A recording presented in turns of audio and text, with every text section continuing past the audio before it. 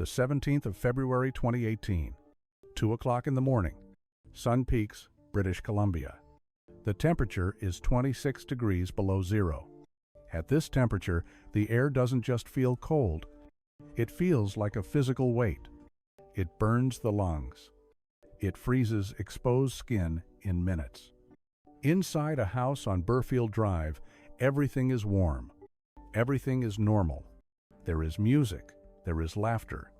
There is the smell of cheap beer and the energy of youth. Ryan Shtuka, 20 years old, stands up from the couch. He is happy. He is surrounded by friends. He has a job he loves, a life ahead of him, and a plan for tomorrow. He puts on his shoes. He zips up his blue coat. He adjusts his burgundy ball cap. He tells his friends he is heading home. It is a 5-minute walk. Just 5 minutes. 300 seconds. Ryan steps out of the door and into the white void. The door clicks shut behind him.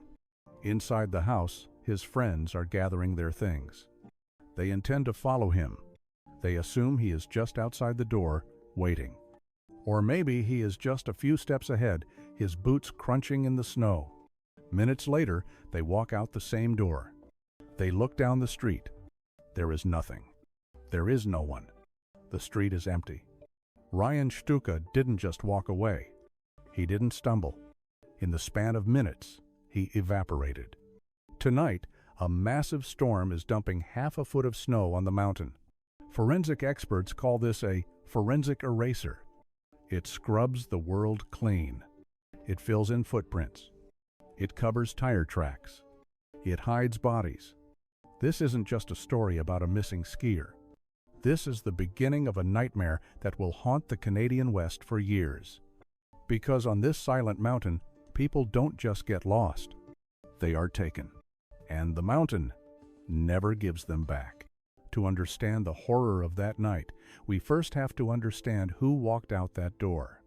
Ryan Shtuka is not a drifter.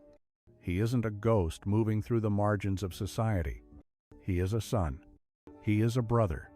He stands 6 feet tall, 180 pounds. Blonde hair, brown eyes. Athletic, capable. His mother, Heather, calls him imperfectly perfect. He is the kind of guy who loves dinosaurs, a childhood obsession that never really went away. He is the guy with the quick wit, the sarcasm that makes you laugh even when you don't want to. He came here, to Sun Peaks, for the same reason thousands of young people flock to the mountains every winter. The dream.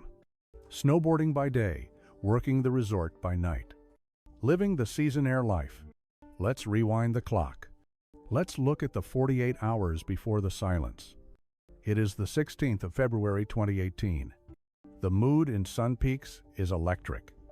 It's a Friday night in a resort town. Ryan and his crew head to a local bar for a silent disco. Look at the photos from that night. This is crucial. Look at what he is wearing. A light gray shirt, dark jeans, that burgundy ball cap. He looks normal. He isn't distressed. He isn't fighting with anyone. He is just a 20-year-old kid having the time of his life. After the disco, the group migrates. They move to a house party on Burfield Drive. House parties are the heartbeat of this town. They are safe zones. Everyone knows everyone, or at least they think they do. The night winds down. Alcohol is consumed, yes. Ryan is having fun, but witnesses say he is coherent. There is nothing wrong. No arguments, no shadows lurking in the corner. Around 2 a.m., the decision is made. It's time to sleep. Ryan stands up. He knows the route. He has walked it before. He says goodbye. He opens the door. And this is where the timeline breaks. This is where logic fails. Between Ryan stepping out and his friends following him, there is a gap. A tiny, fragile gap of time. Maybe 5 minutes, maybe 10. In a city, 5 minutes is a coffee break. In a warm room, 5 minutes is a commercial break. But here, in the dark, in 26 below zero, 5 minutes is enough time for the world to end. Morning comes to Sun Peaks. The sun rises over a world that has been scrubbed clean. The storm is over. The air is crisp. The snow is perfect powder. For the tourists, this is paradise. For Ryan's friends, this is the beginning of the panic. Ryan is reliable. He isn't the type to flake. He isn't the type to disappear. When he doesn't show up for work that morning, the alarm bells don't just ring. They scream. Let's look at the environment. We need to talk about the geography of this disappearance. Sun Peaks isn't just a resort. It is an island of light surrounded by an ocean of wilderness. Gullies, ravines, tree wells. If you fall into a tree, well, you don't just get stuck. You suffocate. The snow collapses around you like quicksand. The more you struggle, the deeper you sink. You scream, but the snow absorbs the sound. You are 6 feet away from safety, but you might as well be on the moon. This was the initial theory. The logical theory. Ryan walked home. He stumbled. He fell off the path. The snow covered him. Case closed. But here is the glitch. Here is the detail that keeps investigators awake at night. The search and rescue operation was massive. We are talking about helicopters, drones, K-9 units, hundreds of volunteers poking every inch of snow with long poles. They searched for 7 years of trees. They searched for 7 years of leaves. If Ryan had fallen 5 minutes from the house, they would have found him. When the snow melted in the spring, they would have found him. A body is a physical object. It takes up space. It leaves a trace. But they found 0. No hat, no shoe, no cell phone. Ryan Shtuka didn't just die in the snow.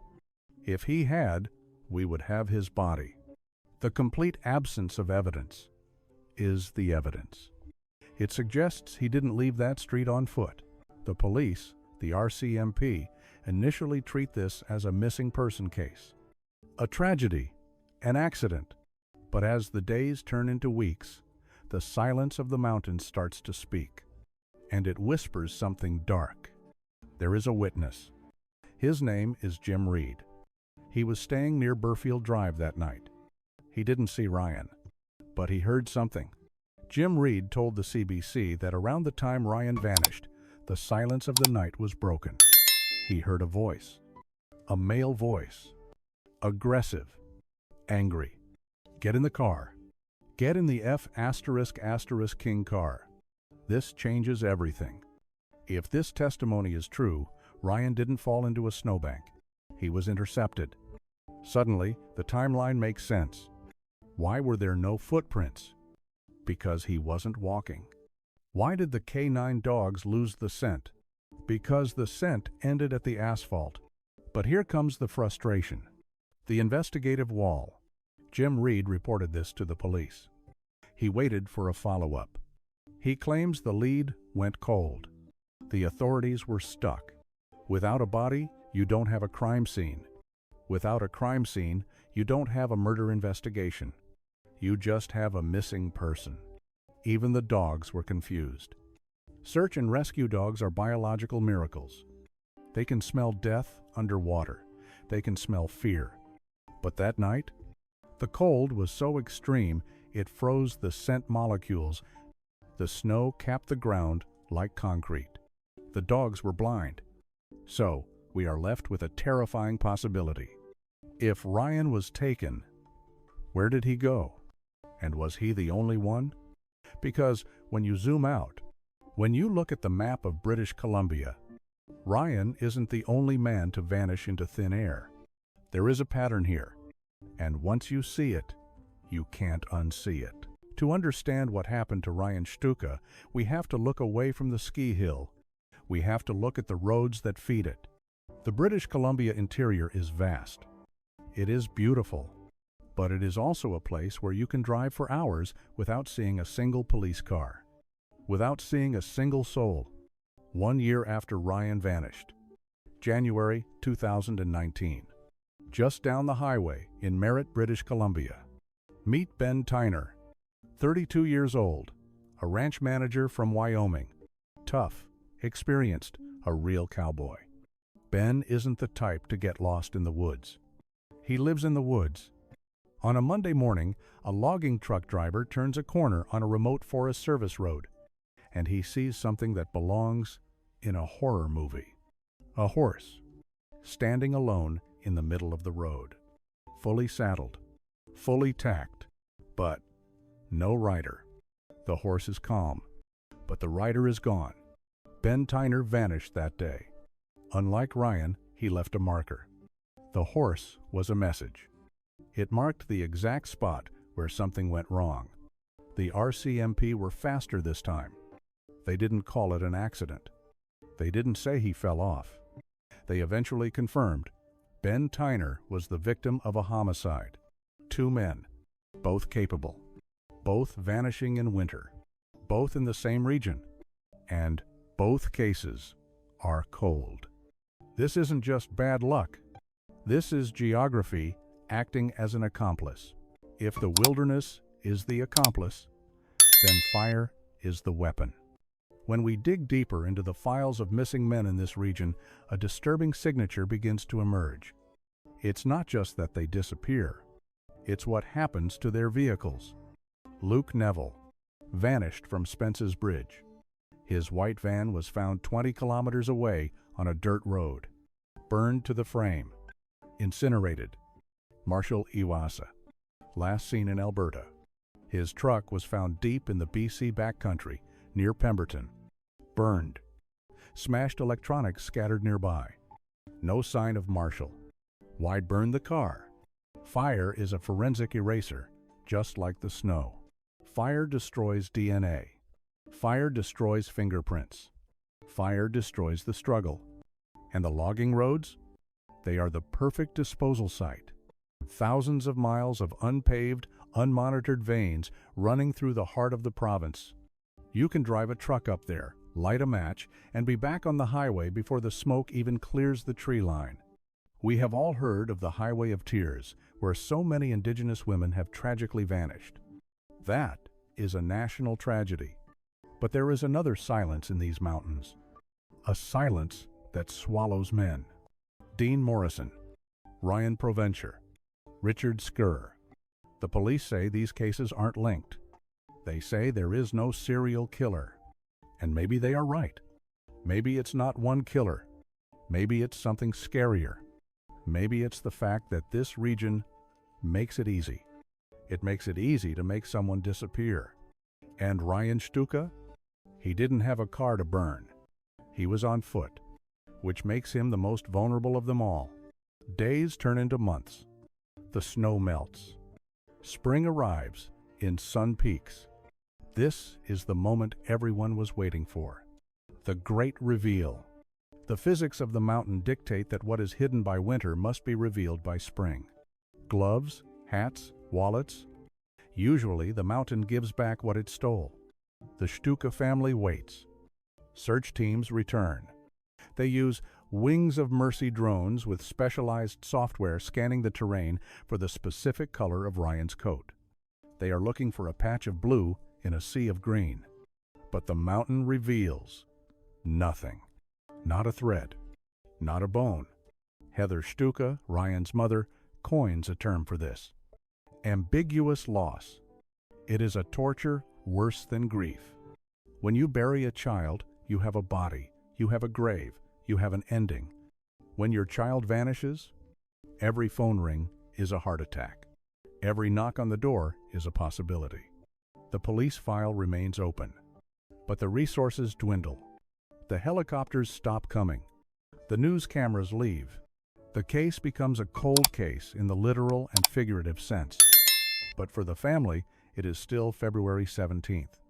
They are stuck in a time loop, frozen in that driveway, waiting for Ryan to walk the last 5 minutes home. So, how do we solve a puzzle with no pieces? We are left with 3 theories, 3 doors, and behind one of them is the truth. Theory number 1, Misadventure. This is the Occam's razor theory, the simplest explanation. Ryan was drunk. He was tired. The storm was blinding. He stepped off the road to pee or took a shortcut. The cold shut his brain down. Hypothermia causes confusion, a phenomenon called paradoxical undressing or terminal burrowing. He curled up in a tree well. He fell into a ravine, and the wilderness simply swallowed him so perfectly that 7 years of searching haven't been enough. The problem: Sun Peaks is not the Amazon jungle. It is a resort. People hike these woods. Dogs run these trails. The area is mapped. If he is there, he is invisible. To accept this theory, you have to accept that a 6-foot-tall man can exist in a place where hundreds of people have looked and remain unseen. Theory number 2, foul play. This is the theory that keeps the locals locking their doors. Ryan didn't leave the road. He was removed from the road. Remember, the witness. Get in the car. If Ryan was struck by a vehicle, a drunk driver, a panic moment, and the driver panicked, or if he was taken by someone with dark intent, a vehicle explains the lack of scent. A vehicle explains the lack of footprints. A vehicle explains why his body isn't in Sun Peaks. Because he isn't there. He could be 50 miles away. He could be in a mine shaft. He could be anywhere the road goes. And if this is true, it means the person who did this is likely still out there. Maybe they still ski at Sun Peaks. Maybe they walked past the missing posters and felt nothing. And then there is the third theory. The theory that sits comfortably between accident and murder. The theory of panic. Imagine this. It is 2 a.m. Visibility is 0. A driver, maybe a local, maybe a snowplow operator, maybe a tourist turns onto Burfield Drive. They don't see the boy in the gray shirt. The snow muffles the sound of the engine. The snow blinds the windshield. An impact. A panic. The driver gets out. Ryan is unconscious, or worse. The driver looks around. The street is empty. The snow is falling. No witnesses. In that split second, a moral decision is made. Call 911 or save yourself? If they put him in the car, if they drive away, the problem disappears. The snow covers the blood. The snow covers the tire tracks. By morning, the crime scene is just white. This theory explains the "get in the car" voice. It wasn't an abduction. It was the frantic shouting of a driver trying to wake someone up or trying to move a body. It explains why there are no tracks leaving the scene. Because Ryan left on 4 wheels, not 2 feet. But without a car, without a confession, this is just a story. A ghost story. 7 years have passed. The seasons change. The snow falls, and the snow melts. But for the Shtuka family, the clock is still stopped at 2:10 a.m. on the 17th of February 2018. They haven't stopped searching. They hand out 3 D-printed dinosaurs, Ryan's favorite animal, to keep his memory alive. They have turned their grief into a crusade. Ryan Shtuka is not just a name on a file. He is a reminder of how fragile we are. 1 minute, you are laughing with friends. The next, you are a mystery. The mountain is vast. The mountain is silent. It knows where Ryan is. It knows where Ben Tyner is. It knows what happened to the men of the interior. But silence can be broken. Someone watching this knows something. Someone saw a car that night. Someone heard a voice. Someone knows why the horse came back without its rider. The snow can hide the truth for a long time, but it can't hide it forever. The winter is ending, and it's time to speak.